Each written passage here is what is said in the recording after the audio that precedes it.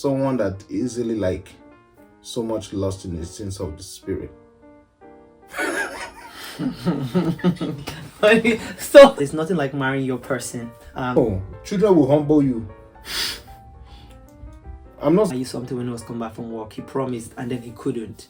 And then for 1 week, 1 month, you never forget how you used to keep talking about it. Hello! Hi! Welcome to our channel. We are the Osage fam. I'm Mrs. Osage. I'm Mr. Osage. And together we are the We're Osage fam. fam. It's our wedding anniversary. And we're so excited. It's been such a beautiful and inspiring journey with a lot of, lesson along the way. And today we'll be sharing some things that we've learned so far in the journey of marriage. And I'm so excited, definitely. Super excited. And also too, we'll be having a game at the end. So make sure you watch to the end, like, subscribe, and leave a comment, and stay tuned because definitely it's gonna be a beautiful, beautiful video today. Okay, so honey, what has marriage been like for you? Wow. It's been a very exciting journey. Marriage has been so beautiful. Then it's an amazing journey. Most especially being married to a beautiful woman. She makes me, she compliments me, she completes me. She's everything that I needed in a woman. So I'm very grateful for the grace to be able to be married to her. So what about you? Honestly, it's been beautiful. One thing I've learned is that there's nothing like marrying your person, the person that that God has given to you. Honestly, like you said, we complement each other. He definitely is my person, and I'm so grateful for you. I'm so thankful for the journey so far, and I'm looking forward to an amazing journey ahead. But today we're going to be sharing some lessons we've learned so far in our relationship and marriage, and I hope it helps somebody. I hope it inspires somebody. So definitely we'll get right into it. So what is one thing you've learned so far? Well, for me, I married someone. You have to marry someone of same faith. I said that for a reason. Sometimes it makes life easier for you or for the relationship. So my wife, she's a Christian, I'm a Christian. Then I also realized that she loved God so much. She's someone that you don't need to push to serve the Lord. And that helps me to also find myself because she's someone that easily like so much lost in the sense of the spirit. The importance of making God the center of your relationship. Honestly, like you said, we are Christians and we love God. One thing I found that there are many times where you may not understand your spouse. We go through like different seasons and things like that, and sometimes we may not always be on the same page. We may not always see things right, but having being a child of God and having faith in God and having a relationship with God helps you stay grounded, helps you stay focused, help you, every other thing is tied to making God the center of your relationship. Because if you don't have that relationship with God, you can't forgive, you can't be patient, you can't, the Bible says in 1 Corinthians 13 that God is love, first of all, and love is something that was orchestrated by God. So you definitely cannot love someone properly if you don't have a relationship with God, and that's about it. And making God the center of relationship has helped us so far in the journey, and that's why we're here today. Definitely still standing strong. So definitely that's a very, very important point. Yeah. So for me, if I will add to that, when I was making up my mind to find a wife, I actually looked at for someone who loved the Lord. Even actually, I have to be honest with you, I wanted someone that know the Lord better than me. Because for me, my mother didn't really know the Lord, or my parents rather. Yeah, but we brought Christianity to our family. Do you understand? So we got a lot of them born again, started going to church. So the point I'm trying to say, I desire something like deeper, somebody who knows the Lord, who has a foundation rooted in the things of God. So you see, that alone helped me to understand how to run our relationship or to keep our relationship. because with that, you can easily take correction. With that, you easily agree to things. With that, you don't fight. With that, you just allow God to be the counsel of our relationship. So that alone really helps me, honey. Yeah. Another way to understand it, which I know is very, very important, just think about it. God created everyone. The Bible says we're made in his image and his likeness. So he created my husband. He knows him in and out. The Bible says while we were still in our mother's womb, he foreknew us. So he knows me. He knows the part of me that I may not even know about myself, because he created me. So when you make him the center of your relationship and let him lead you to marry the right person, he gives you his best. He gives you somebody that, that complements you perfectly, because he knows his children. He knows everyone. So that was definitely something while I was young, I definitely desired, first of all, to marry on time. And I desired to marry someone that I was so lost in God. My priority was just knowing God, serving him. And I knew for sure that God was going to give me his best, for sure. And and so far, definitely no regrets, because like I said, when you make God the center of your relationship, he takes over. He makes up for those parts where humanly, by your human effort, are lacking. He makes it up. And so that's definitely one lesson that we've learned, making God the center of your relationship, not just when you're trying to find a spouse, but through the journey. Because obviously, it's one thing to find a spouse. Marriage is a very long journey, and you need to still keep God at the center of your relationship. Beautiful. Exactly. So, number 2, one thing I've definitely learned so far is the importance of forgiveness. Honestly, like we said before, if you make God the center of relationship, forgiving someone is always easy. You have to understand that, first of all, obviously, while we are God's children and everything, we're still limited in the way we think. As human beings, sometimes we have our days, we have our moments, we have days where, your spouse might not be in the mood, your spouse might be having a rough day, different things, overwhelmed, stress. Let's not add kids to the table, like just being parents. There's so many things we're thinking about having to put together. But one thing I've learned is that one of the beautiful things that make a marriage work, from my perspective, is learning to forgive even before they offend you. You just and that's where having God as center of relationship is so important, because he helps you to look beyond the person, look beyond what people might call flaws, look beyond who they are, and you tend to see them the way God sees them. The Bible says we're made in his image and his likeness, and we're perfect in him. So while obviously sometimes we tend to do things or make decisions that may not necessarily be perfect, but the ability to forgive like Christ forgave us, like Christ, God, the Bible says his mercy endures forever. He's long in mercy, like his mercy, like he has excess mercy for us. So long story short, that's the same way God expects us to see our spouse, to forgive them, even before they offend you. You learn to just say, I love you the way I'm going to love you the way Christ loved the church. And irrespective of what you do, I don't see you as that person. I see you the way Christ sees you. That's right. Which is perfect, which is whole, That's which right. is, someone that's full, like someone that, you have to see them the way Christ sees you, and it's also important, for sure. Yeah. So what's the... For me, one of the point is self-discipline. If you're dating your spouse before you got married, don't move around having more than one person. You already chosen, okay, this is the one you want to marry. Then you start moving around, flocking around people and all that. Don't do that. It's disrespectful. Do you understand? You have to stay focused. When I saw my wife now, when she was still single, I knew she was the one. I knew. Because my mind, my heart, everything agrees to that she's the one. The journey was not easy. She was not easy to get. She wasn't. It was I had to work for it. But thank God for his grace. It was sufficient for me. Why am I saying the grace? No matter how hard you work in life for something or for somebody, without the grace of God, you can't have that person. So it's the grace of God that gave me this beautiful wife that I have.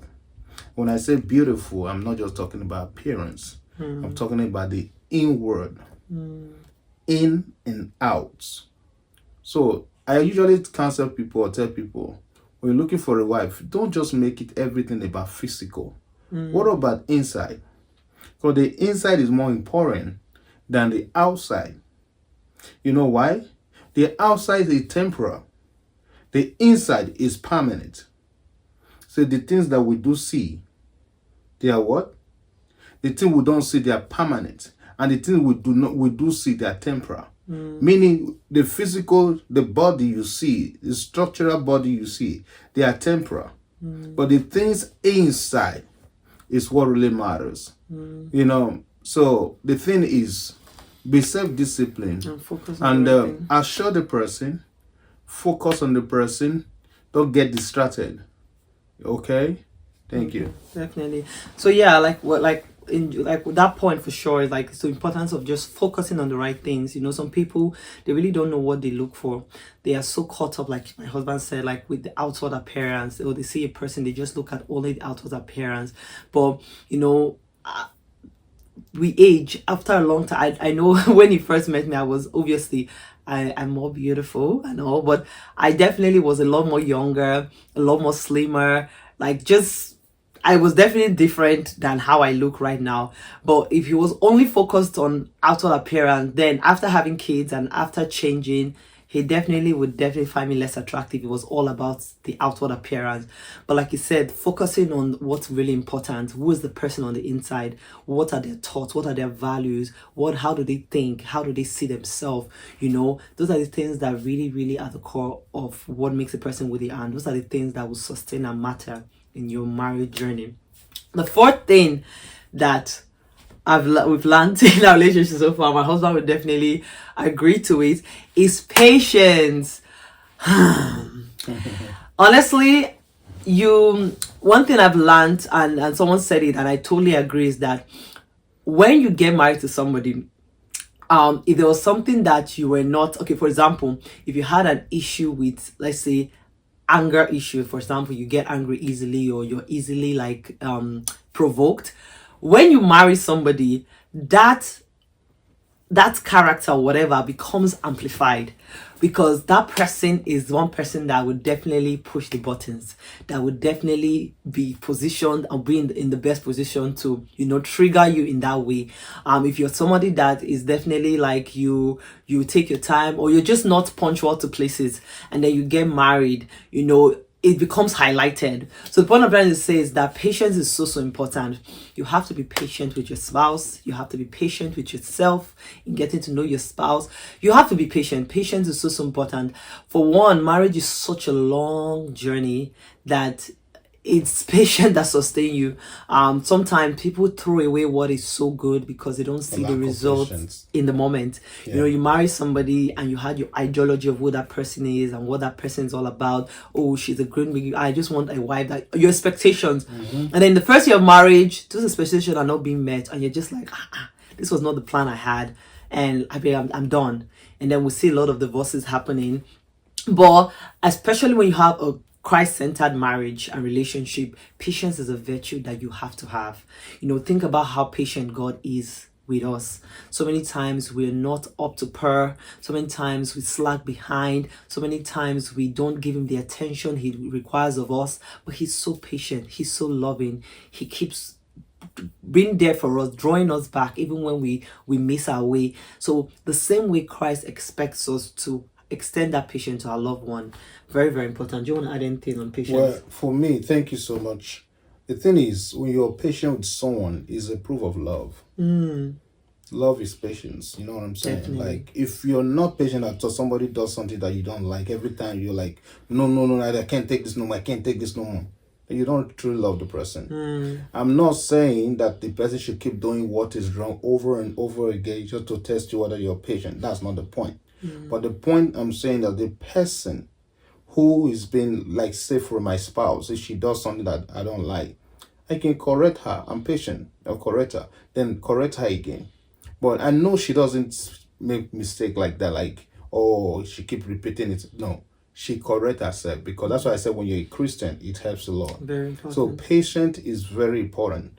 You can throw something that is very valuable to you. You can throw it away because you lack patience. You don't know how to do that. And the other thing is that if you truly love someone, you have to also create the room to be patient with them with time. Certain things are not rushed. Do you understand? Certain things are not rushed. Patient will say, okay, wait. We get there soon. We're on our journey, getting there. Because the moment you have the person in your life is for life. But that doesn't mean your patient will stop after you had the person. It continues. Why? Because you keep discovering things about ourselves. Yeah. Sometimes, I know my wife is like someone who likes to do things like quick, fast, action. For me, I trained myself to be patient because I came from a large family, and by the grace of God, I've led people in different capacity. So I try to be patient as a leader. Now, being a husband is quite different, but it's still the same time. I'm still the leader of my home. But you have to be patient. When you correct her and she does not take it, just remind her kindly to please, can you stop doing this? She might not even take it again. So please tell her again. Please just stop it. Stop doing this. It's not. It's the way like stop.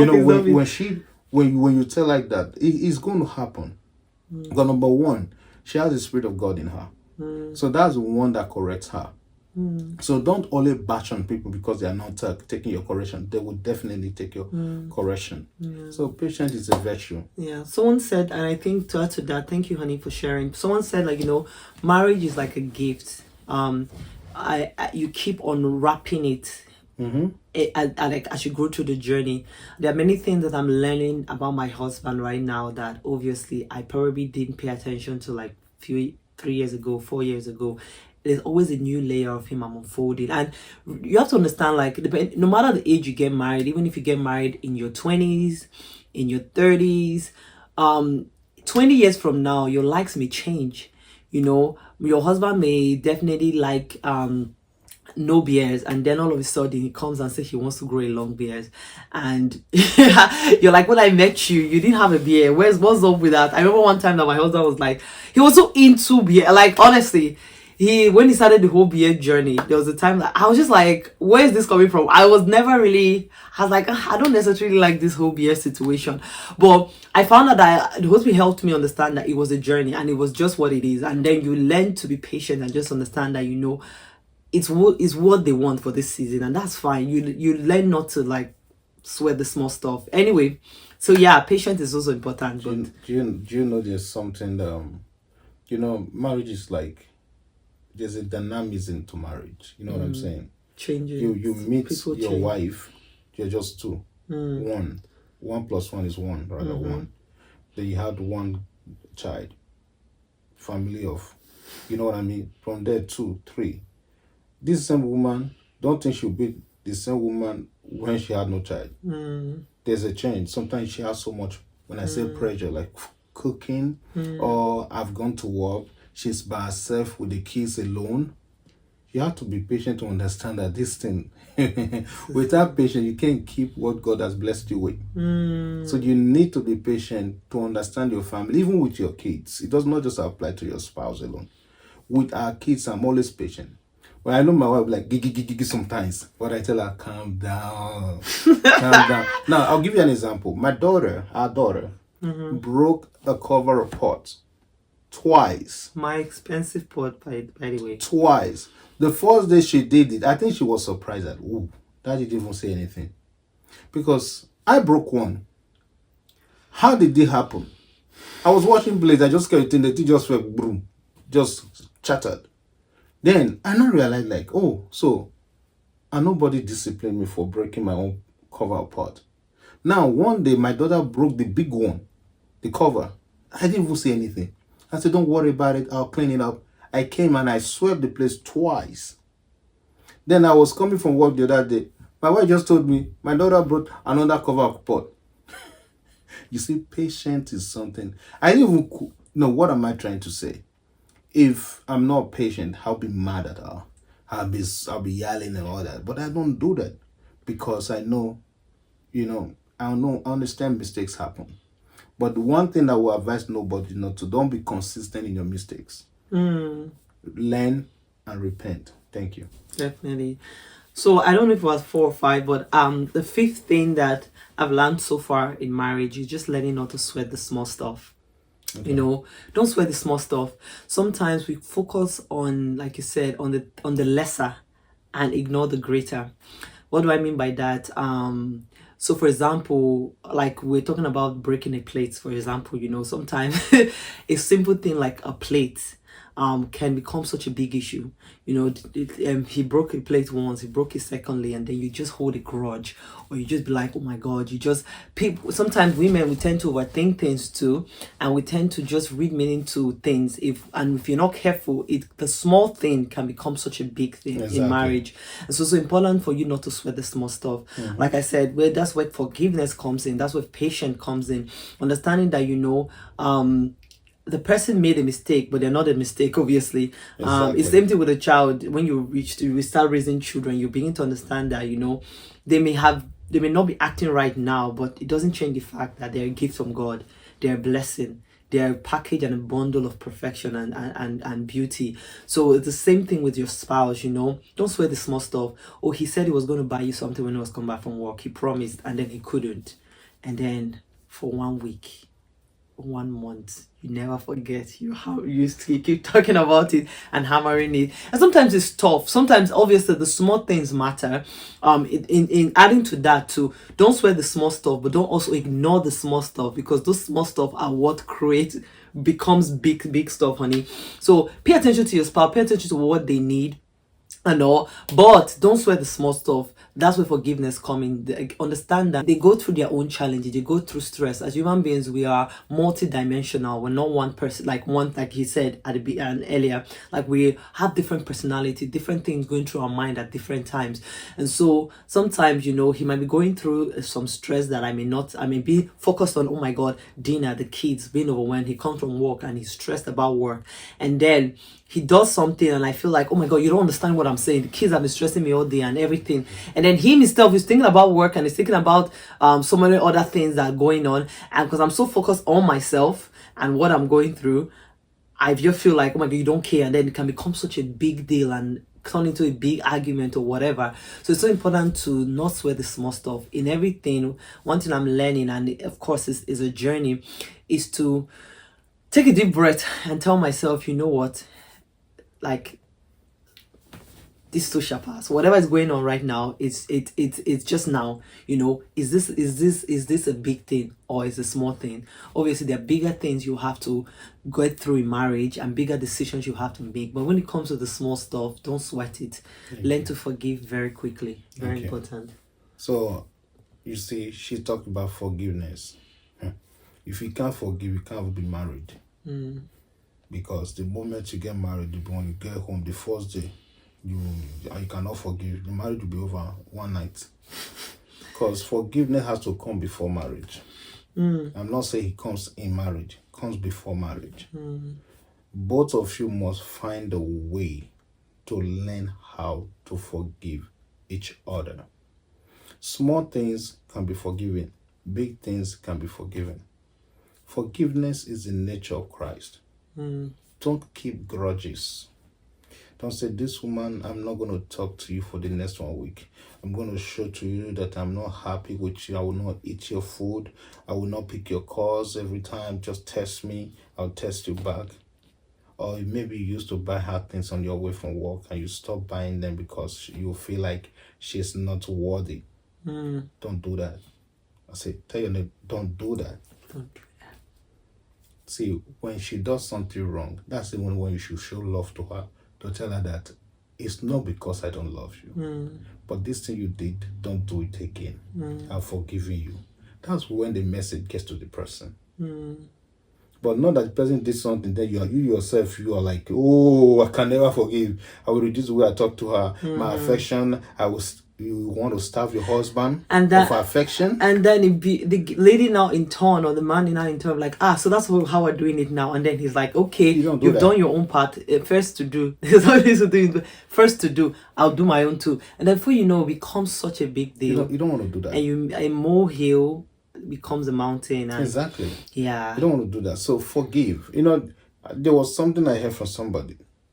He said before their spouse does something, they've already forgiven the person like 1,000 times. We learn to forgive. Because you can't even make heaven, number one. If you hold on too much. And your family can never even have blessings if you don't forgive. Yeah. Oh, there's so many. Because when the woman is bitter or there's no peace at home, the blessing of God cannot settle in your home. True.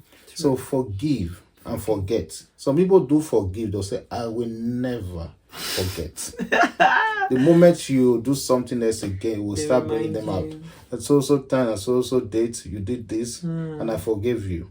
So time and so date, you start counting their sins or their mistakes or error against your spouse. How can you heal? So you must learn how to forgive and to forget. Definitely. Thank you. So number 6 we've learned is enjoying every season of your marriage. Honestly, marriage is a lifetime journey. It's such a long journey. You're gonna go through different seasons. I remember before we had kids, how the liberty that we had, is that the word?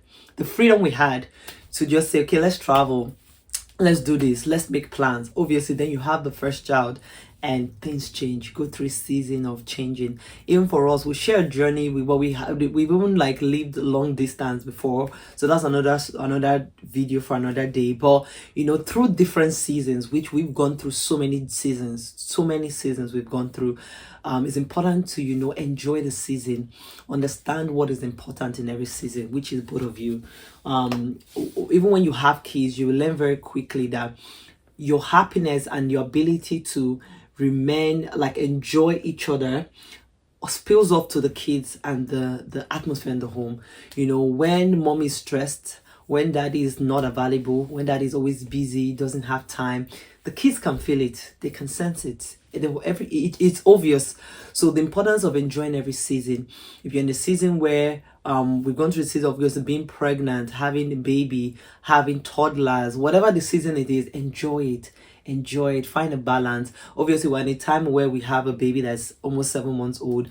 So on a normal anniversary, we cannot just decide to travel to Cancun by ourselves or Bahamas or wherever.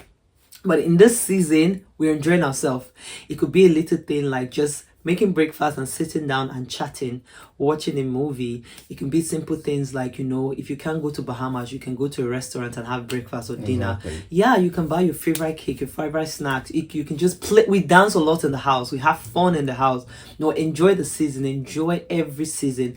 I'm learning more consciously to enjoy the kids now that they are at the age where, they are very needy. Sometimes as moms or as parents, I'm digressing, but as parents, sometimes it gets overwhelming where you're just like, oh, the kids, they need too much. I can't wait for you guys to grow up and just be independent. I'm learning. The Holy Spirit taught me that, don't say things like that, because at the end of the day, by the time they grow up and become independent, you are the same person that will be wishing they were smaller and they were around. So enjoy the moment, create memories, just enjoy every season, whatever season you might be in your relationship. I think that's one thing that has helped us so far. We've just learned to enjoy every season. You know what? I just love the word season. Here in the Western world, we have summer. It's a season. We have winter. It's a season. We have falls. It's a season. Do you understand what I'm saying?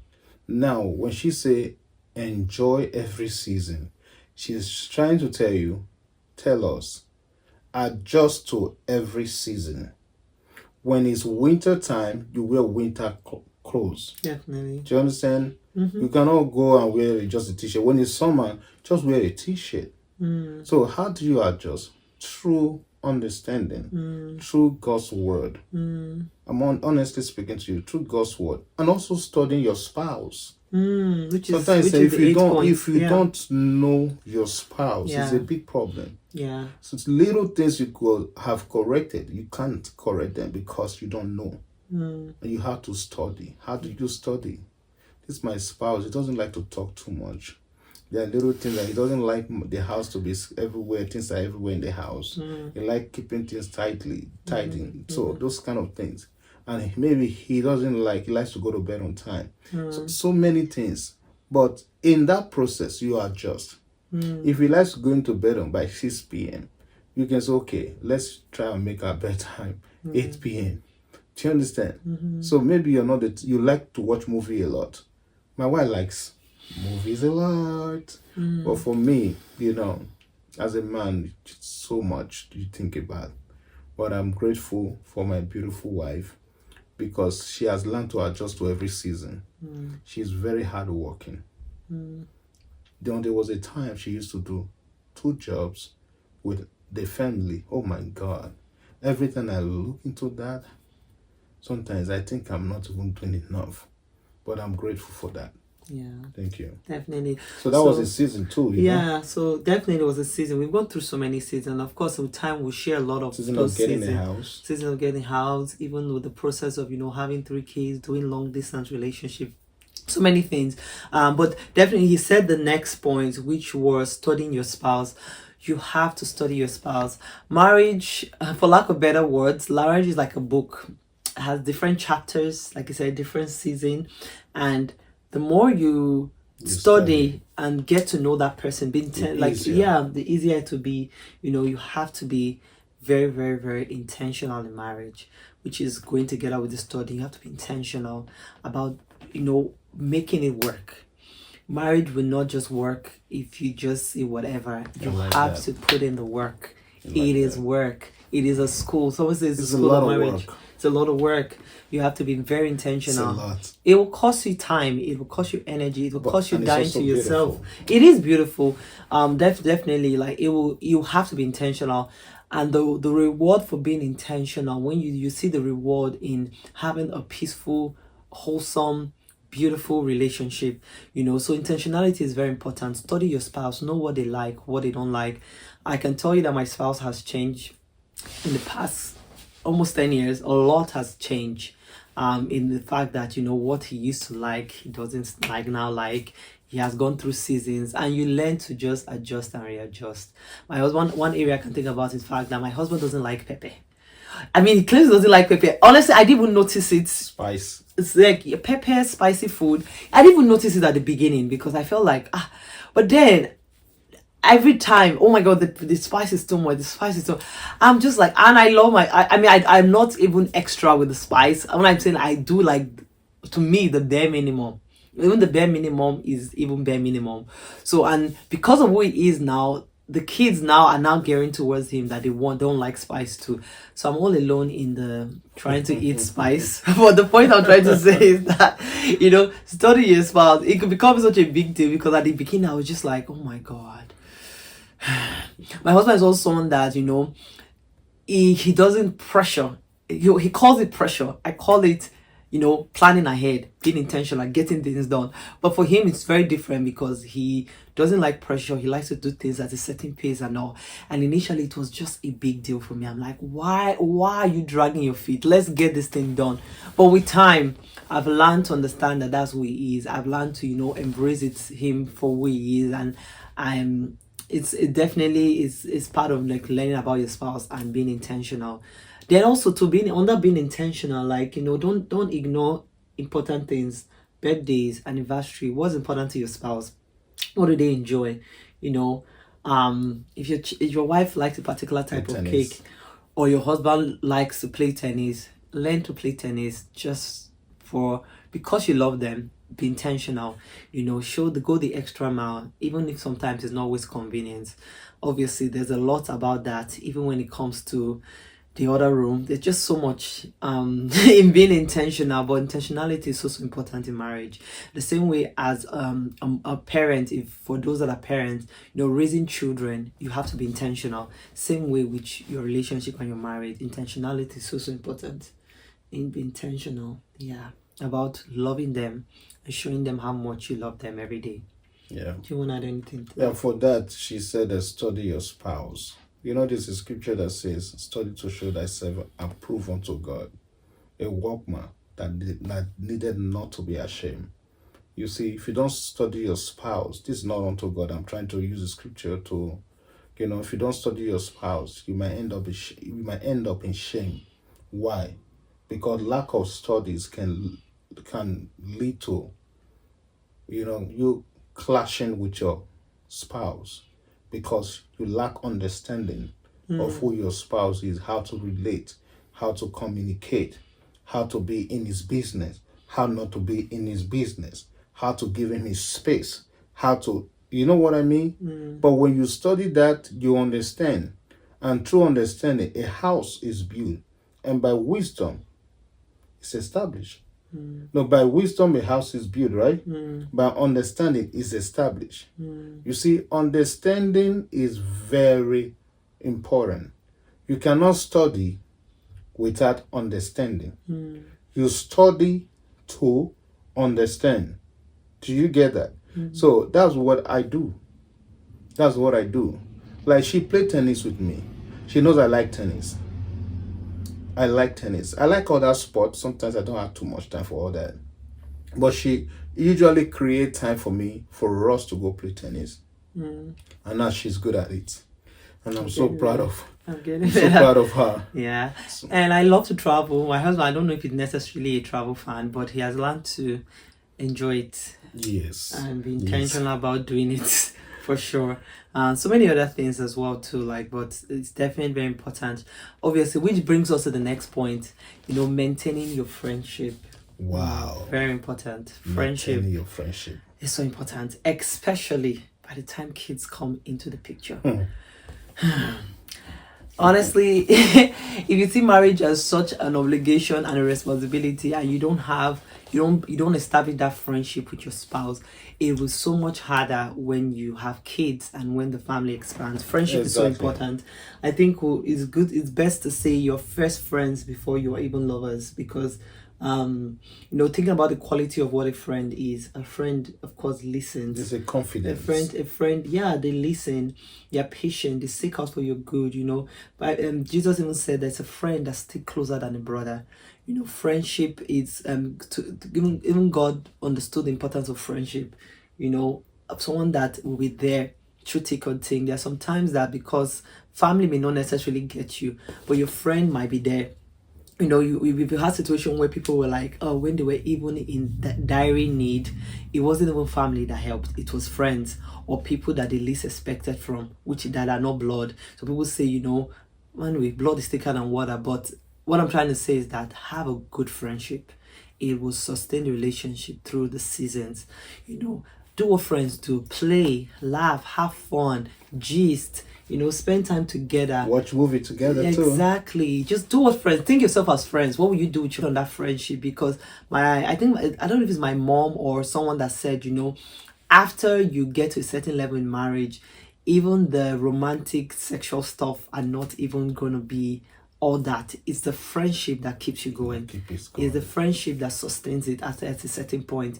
Especially when you are way older, you've grown, the kids are away. That friendship is what keeps you guys together. Because sometimes you can get caught up in being a mother, in being a wife. I want to cook for my husband. I want to make sure his clothes is ironed. I want my husband duties. And then you forget to enjoy each other. It just becomes more like a chore and an obligation and a responsibility, even with being a parent. But that friendship is what keeps you, being intentional about, let's do something for ourselves. Let's hang out. Let's go out. Let's sit down and gist. You're able to enjoy each other more. So important. Well, for me, honey, friendship is I would say, should I say the bedrock of your relationship. Abraham was a friend with God. For a man to be a friend with God, then meaning God values friendship. So wherever you are, listen, friendship is very important. Don't say we're husband and wife now, we don't need friendship. Well, trust me, there are times you don't see yourself as husband and wife, you see yourself as friends. Why? Because friendship lasts longer than just trying to. People can be husband and wife by contract, by obligation. Yeah. Do you understand? But they are not really friends. The friendship and that's is not what the chemistry. best. Yeah. The friendship is what tie the whole thing together. It's what keeps you guys going, like together. And you don't trash your friendship with your wife. Don't say she's no longer my friend, she's my wife. No, she was first your friend and she remained your friend, and now she's your wife, and I'm the husband. So the other thing I would say, I was thinking about friendship. And when you look at friendship again, it's a friend that still get closer than a brother. You see, you cannot play with that. Friendship opens you up to your spouse to be able to know her. A friend, they often come through for you when you are in need. Yeah. Sometimes your brother, sister, family member, they ain't going to do anything for you. But your friend will step in when they are not available. Have you seen someone who's going to, maybe you're going for an interview, say, sorry, I can't take on my kids. Please, can you look over my kids? Most of them, sometimes, those are your friends. So please, don't play down on friendship. Don't play down on it. And definitely adding to that too, one of the things that we've learned is that, you know, surrounding yourself with also good Christian friends and community. We're so blessed to be in a church where we are surrounded by, we have so many other Christian couple that we definitely learn and grow with. It's so important, you know. We've been called, God never wanted us to be an isolated unit. He definitely put us in a community for a reason. Even if you feel like, oh, I'm just there, there's nothing much I can give, you have something to give. Always think of how can I help somebody else. And you know, we've been so blessed to have a community of not a lot of people, but I've been so blessed as a couple. We're so blessed to have a community of people, both married and other people, unmarried people, that have just been a blessing to our journey. So, you know, it's important to maintain good friendship and relationship with people. And the last, you want to say something else? Sorry, do you mind just a little, please? Even in friendship, you still have to be watchful. Some friends want to take and take and take from you and take from you. They have not of any, you know what I mean? They don't give to you. They're like, they just want to take your time, take your money, Have the right take people. your help. Very No, important. be mindful too. Be careful. If you have a friend that is just me, it's all about me, then you stop. Stop. You know why I say you should stop? Because if you don't stop, it's going to take everything you have. And you're going to be stranded. I mean, definitely, I definitely agree with that point. That's a word of advice for somebody. But yeah, it's better to have examples balance. and community of other married people that you can inspire and be a blessing to, and also vice versa, they can inspire you, because definitely we were God created us to be in a community where we, you know, strengthen one another. And the last point to end this all before we do our game is spicing up your relationship. Honestly, friendship is definitely beautiful, like you said, as the bedrock, but as a marriage definitely is a romantic relationship, and it's also important to keep it spicy, keep it always be spontaneous. Once in a while, just be spontaneous, go out of your way. Sometimes we think it's the big things, sometimes the little things. It's the little thoughts. It's the random text you can text your partner and be like, oh, how you doing? I just thought to check on you. Is the, oh, I packed your food for you. I got you this. Or I'm getting cake for you. Or I went to the store and I thought, like, those little things, spice of relationship. If your wife is not someone that, or your husband doesn't like surprises, find out what they like, what makes them happy, and spice up your relationship. I learn new things together, you know, like you were saying about tennis ball, learn for ways to spice your relationship, whatever it might be, calling each other sweet names, you know, random kisses, you know, taking time and walk on the park, you know, even if your partner say, oh, they want something different, like in terms of the other room, just be very spontaneous, you know, find ways to spice up your relationship. And for sure, we're so grateful for the journey so far and what we've learned in the journey. And honey, I'm so grateful for you. I don't say it enough, but thank you for being the best partner ever, the best friend, the best husband, the best father to our children, the best, you know, gist partner, the best, you know, companion. Name it. Thank you for being amazing. And on our anniversary today, I want to say happy anniversary. I love you. I love you so dearly. And I know that I'm so excited for our future. I'm so excited for the next few years from now, the next 10 years, the next 5 years, and all that we desire and all our goals. Definitely. Do you want to say something? Yeah, for me, I want to say a big thank you to you too for everything, you know. I couldn't have been able to start a family by myself without you. So I'm not taking you for granted. I won't say a big thank you for your selfless love, sacrifice, your giving, and being able to raise the children in a godly way. Is, I think, part of it is attributed to your kind of upbringing too. So I want to say thank you. And secondly, I want to say I do really love you and I do really appreciate you. Anniversary is when you really know that you move to the next level and you keep going, and we never graduate out of it. Marriage is a lifetime. So I want to say thank you so much. So We're grateful also to our family, our friends, and everybody that has supported us on this journey so far. Sometimes we don't really place premium on having strong support system. I'm one of those people that really appreciate those that God has placed in my life to support us in this journey, from parents to siblings to family members, whatever they are, like whatever they're friends, our pastors, people that have spiritual, coverings and things like that. I was so grateful for Thank you. everyone that Thank you supported very us on much. this journey.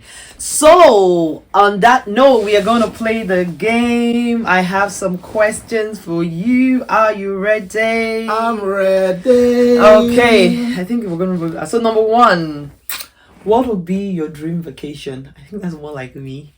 Dream vacation could be London or Paris. Definitely London, Paris. I want to go to Dubai. I think I want to go to South Africa too. I really want to go to Dubai too, but London. if you want to do Dubai, you have to do Dubai and South Africa. Yeah, I like to do like 2 trips. that would be great. Instead of doing one. Yeah, Because the world is so big. definitely. Oh yeah, I've been looking at Asia, honey. Asia is so beautiful. Oh, that So, one. it is. I don't like the food. I think. I'm sorry. No, you eat Chinese rice. Chinese. Oh, Chinese noodles. rice. I'm Yeah. talking about the soup. No, not just soup. They have very nice noodles. Okay. They have rice. Chinese has one of the most relatable food, to be honest. They Okay. eat very similar food to us. Honest. What are 3 qualities you admire about me? She's God fearing. She loved the Lord. And you can see she's beautiful. And let me just say the other thing is she has the gift of the Spirit in her. She's loaded. As I was telling you, you don't just pick a spouse based on physical appearance. Inside is very important. So that's the 3 things. Wow. 3 things I admire about you. Your love for God, very important. Your love for family. My husband is very family oriented. He loves family. He doesn't even have much friends. He doesn't really do a lot of friendship stuff, but he loves family. He's there for family. Both his siblings, extended, our kids. He's a bona fide family man. And then thirdly, one thing I admire about him is his heart, patience. My husband is very patient too. My husband also has a very large heart. I think so. Loves God, loves family, patient, and has a large heart. 2 in 1. He definitely has a large heart. He has, he wants the best for everybody. He wants the best for, has it, and he's so patient. Honestly, I'm like when I say someone compliments me, he does, because the Lord is helping me. In as much as he gives me credit for being a woman of God and things like that, someone that loves God, I'm a very loaded package. So my husband is definitely very, very patient. So when I talk about patience in relationship, he's definitely the glue that keeps it together. Thank And you, I'm Jesus. grateful for you, honey. Thank you You're for what you welcome. do. The next thing, do you see yourself in our kids? If so, how? Do I see? Do you see your personality or yourself in any of our kids? If so, which of them and how? You see, sometimes David act like daddy already. David That's our Christian. boy. Peter Hosa He's Gabriel. almost 6. Yes. Osagi, he acts like a daddy already, because the traits I see in him is the fact that, should I use the word, he likes to, you can't bend him. True. You cannot. Don't even try. the only way I communicate is to let him know why certain things has to be done this way or that way. So I see that in him. And I also see that he loves God, which is in me. Our son will raise up his hand like this and be worshiping God in church. Like you think it's a, you know what I mean? So those things he's very I like family it. oriented. And too. look at our daughter too, Divine Grace. Did she take something Divine from Grace Osagi. She's well, she took almost everything from you though. That's what I'm saying. I'm Yeah, like, which of and our let me kids know. exactly? But the last one for now, I don't really know so much. I know, I don't. I want. The baby has baby my husband's face. Like has that's my face. That's his twin so far. So we're praying that definitely the baby's But I staying keep that telling way. my wife that Divine Grace was like that.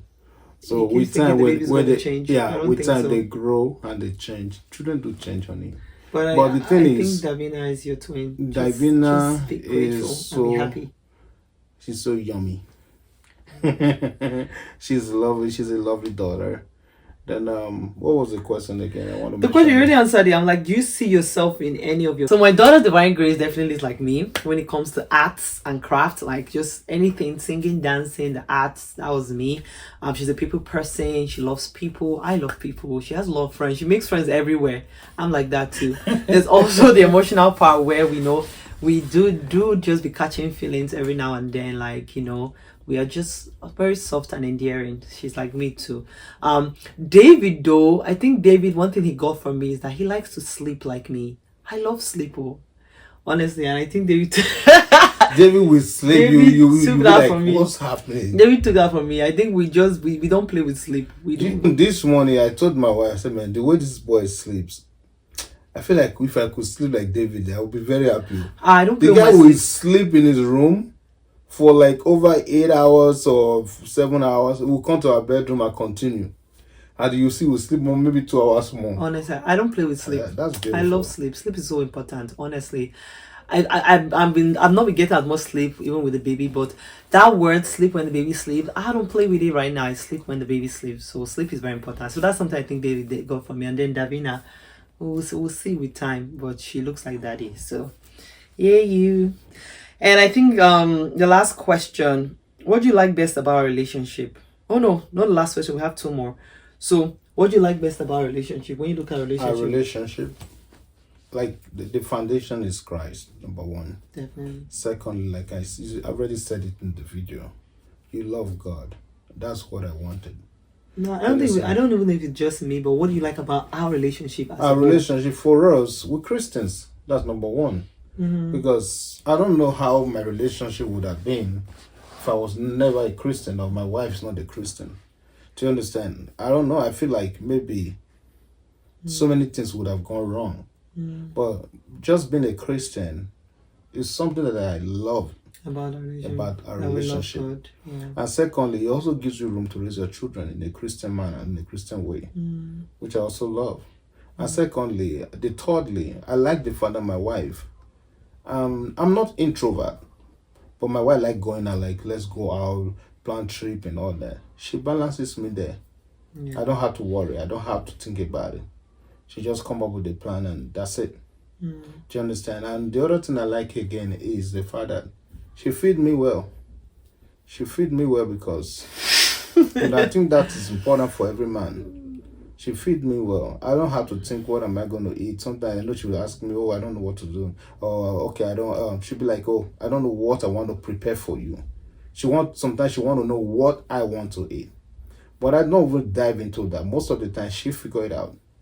And every time, I would say 80% or 90% of that, I like it, the way she prepared the food. Thank you, honey. Definitely. I think one thing I love about our relationship so far is our kids for sure. We've created very beautiful kids. Thank God for the gift of our children. And one thing I love about us is our friendship. I know for sure that that's something that has sustained us for this long. We're good friends. Even when we dated and we're doing a long distance, like I said, we'll talk about that in another video. Friendship is what kept us. There were seasons where there were challenges, obviously, like every marriage does, but friendship was so key. You're my person, you're my friend, you're my bestie, you're someone that I can talk to anytime, tell anything, So I really cherish that friendship, and I'm grateful for you that we have that friendship. Thank you. Yeah, we laugh together, we joke together. He's my paddy, yeah, I'm my king. The balance, definitely. Alrighty, and so if we say this is our last friendship, over the last 5 years, how do you think you've changed in our relationship? Well, for me, over the last 5 years, I've learned to be a better father. When we had our first daughter, getting used to being a dad, she was like an eye opener. You try to adjust, you try to make sure everything is all right. You're providing, you make sure that if you and my wife really, she played a big role. She played a big role. So always making sure that everything, their birthday is celebrated, your children are getting the best wherever they are. I did that. And the other thing I like is so the question was in the last in the 5 years, what do you think has changed has changed about our me. relationship? Well, Or you? for me, you learn how to be calmer. Don't try to be no. Children will humble you. I'm not saying your wife, your children, they will humble you. That's Why are they going to humble you? Because when you see this one do this one, this one behave, this one be, you don't want to be. It's not every time you try to be firm, like some people say. So I try to correct them so much in love, but we can't have both parents be like me. You know what I'm talking about? My wife can be on the harder side a little bit. For me, I just do it my way. And so far, so good. Our children, they are very excellent. They're doing great. They're full of good character. And the part I really love about them is that fellowship, that the connection they have with Christ is what I really love about it. For sure. Yeah. Okay, one thing I think that's changed for me for the last 5 years, I think I've calmed down a lot. I think I don't sweat the small stuff. I try not to sweat the small stuff as much. I found out, like you said, when you have kids, you just humble you. I've just learned to live in the moment. I think one thing about me before is that I always have to have a plan. I want to do this, I want to do that, I want to travel, and I think I'm in the season where I have just learned to enjoy the moment. Exactly. Smell the roses, enjoy waking up and having no plan. Because I'm on my maternity leave right now, so I'm just a little bit more of a homebody. I'm just enjoying it. Just being intentional about enjoying the moment. I think, and it's such a gift. I'm grateful for that, for sure. And yeah, so what do you see yourself in the next 5 years? Well, in the next 5 years, we'll have a very big business together that we may not require to work for anybody anymore. That's the plan. So, and I also see us in the next 5 years having so much investment that is enough to sustain us, even if we choose not to work. True. The reason I'm saying this is a vision. If you say in the next 5 years you're going to have so much investment, I'm not talking about internet investments and people buy stock here and there. I'm not against it, but I don't believe in it. Because when your stock or whatever crashes, that's it. But I believe in real estate. Yeah. Put your money in houses, put your money in lands, build commercial properties or residential properties. Something that brings income. Income replacing, they are running themselves like a machine. You know what I'm saying? But that's how I see it. In the next 5 years, we're going to be financially more buoyant, more established economically. And we're going to, like I said, our business. If you want a business that is well established, people will be working for us. People will be working for a lot of people. I'm talking about not less than 50 people. Amen. Thank you. Praise God. Hallelujah. Everything he said and much more. I'm just grateful. I think the next 5 years, God will be doing so much more with us, even ministry-wise. Ministry-wise too. Impacting more people, blessing more lives, being a bundle of joy and blessing to the world. Honestly, I'm very big on living a life of impact. I feel, you know, listen, God brought us here and there. Like I always talk about community a lot. God brought us not just to live as an island, but to be in a community, to be a blessing to others. So in the next 5 years, I definitely see us doing something in line with that, you know, making more impact in our community in different ways. So no, we're gonna wrap this video up. I hope you watch till the end. Like, share, tell a friend, share with a friend, let them comment, you comment, and please subscribe to this channel for more videos like this. We're excited to always sit down and chat, and we hope and trust that you enjoyed today's video. Happy anniversary to us once more. Yay! Thank you. Bye now. Bye, guys.